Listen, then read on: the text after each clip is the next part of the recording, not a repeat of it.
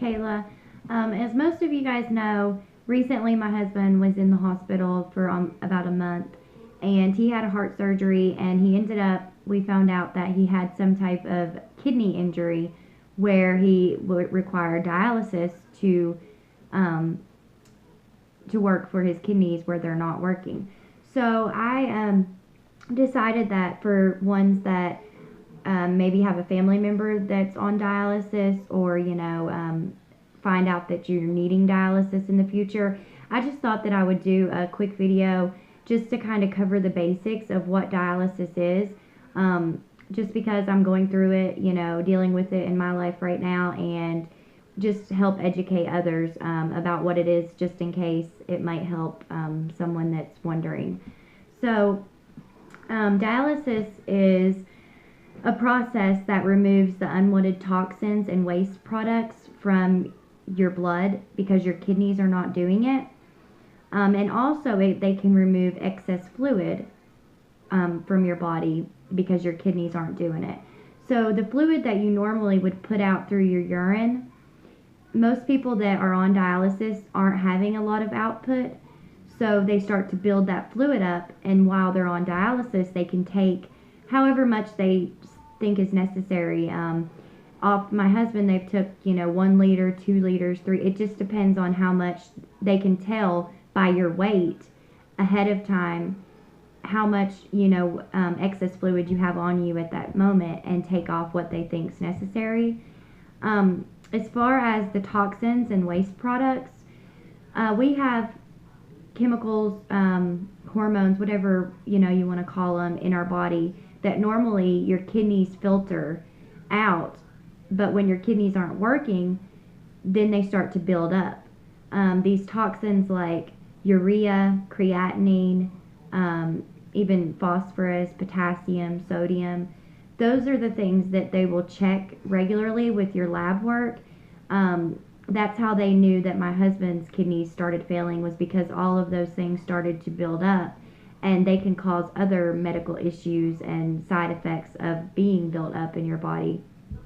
So the hemodialysis machine, first of all, you'll start with some type of catheter that they can access your veins with.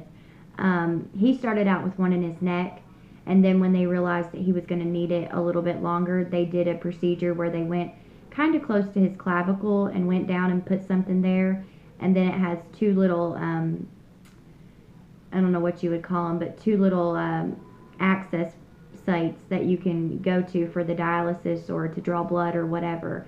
Most people that are doing it more of like a long-term dialysis, they will get something put in their arm. I believe it's called like a fish hook or something, and that's more of a long-term because it's just better placed and there's less risk of infection how they do it.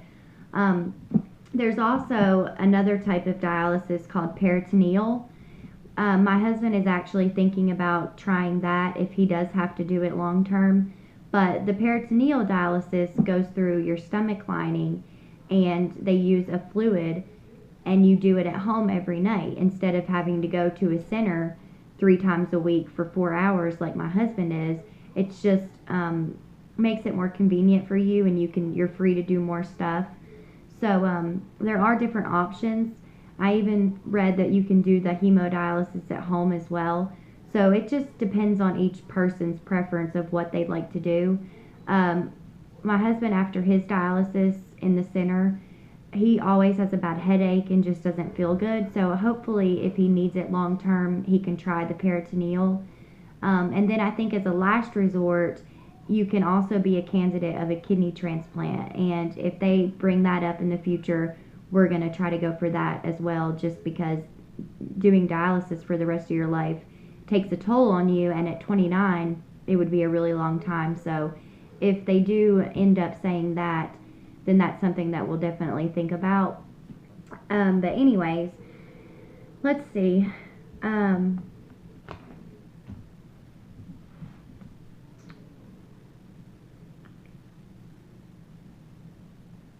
And when you're on dialysis, you also have to make sure that you take all of your medications that you are prescribed as directed. just because you want to maintain that chemical balance. Also, you want to eat well and manage your fluids, because you want to manage your fluids because you're not, whatever you're drinking, if you're not putting it out like you're supposed to through urine, then you do want to watch how much you take in, because you're not going to put it out correctly. And that's a big one, because I know even with the dialysis 3 times a week, he's been waking up with his face swollen and stuff. So you will start to swell if you have a lot of excess fluid on your body. And then with any dialysis, you want to limit the sodium and phosphorus and things that you take in, because if your kidneys aren't filtering those toxins, then you're going to have a buildup of them.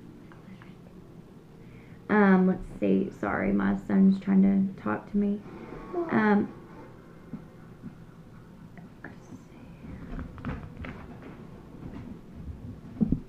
Okay, what to expect during a dialysis treatment. You'll get used to a new routine when you start going. You will, before your treatment, have your weight checked, and I talked about that a second ago. They check your weight because of the fluid on your body. They can tell if you go in one day and have it checked, and then the next day it's like a lot higher. That's because of the excess fluid on you, and they'll know how many liters of fluid to take off during your treatment. Also, your vital signs will be taken, and that's just, a precaution with anything, is to make sure that you're overall healthy before you start the dialysis. And then wherever you do have the catheter, they'll check and clean the access site before they start to hook it up to the tubing to start the dialysis.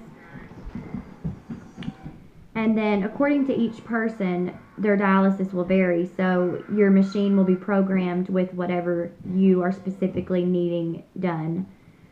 And then you'll be monitored, and then depending on how long your treatment is, you just sit there and relax, and some centers will even let you eat and drink during it. It's just really based on whatever the center's protocol is. After the treatment, after the machine is disconnected from you, your vital signs are taken again to make sure there's no drastic change. They'll remove the tubing from your access site, and they'll check your weight again.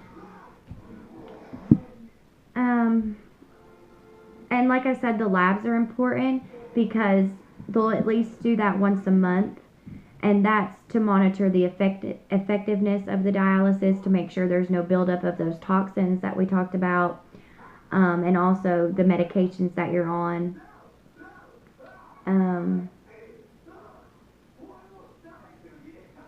And when you're on dialysis, you always want to keep the dialysis center and your doctors and all those places that you go to, you want to keep all of them connected and informed together, so that they all can make the best decisions regarding your situation of your health.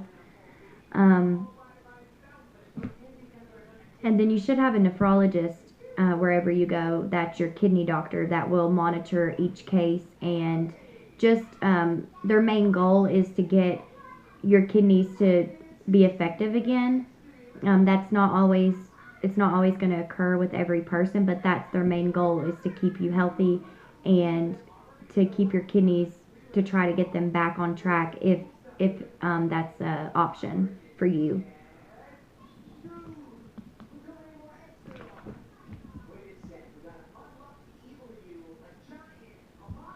And also, we talked about the different options of dialysis. Once you start one type, if it's not working for you, you're not locked into that specific type of dialysis. If you feel that you can't handle that type anymore and you want to try something else, that is an option. You would just have to talk to somebody where you go. Like I said, my husband's doing the hemodialysis, but wants to, in the future, if he needs to try the PD, the peritoneal, just because the hemo has been really hard on him.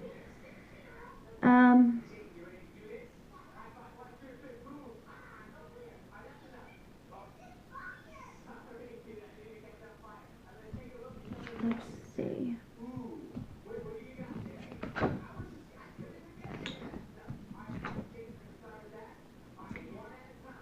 And the thing in the arm I was talking about, that is called an AV or AV fistula, arteriovenous fistula, and they call it a fish hook because it goes and it like circles around kind of like a 8, and that's the type that they're talking about for my husband if he is going to continue to need it. The kind that he has right here is temporary, so they would want to put something more long term in him if he doesn't go on to the other type of dialysis.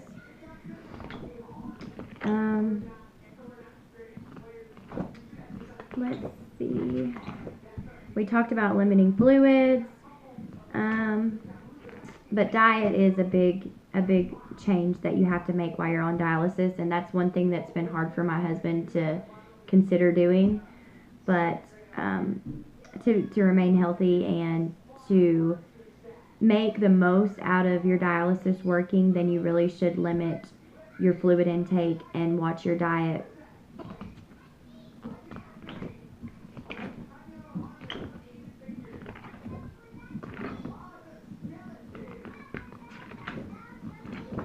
I think that's about it. Yeah.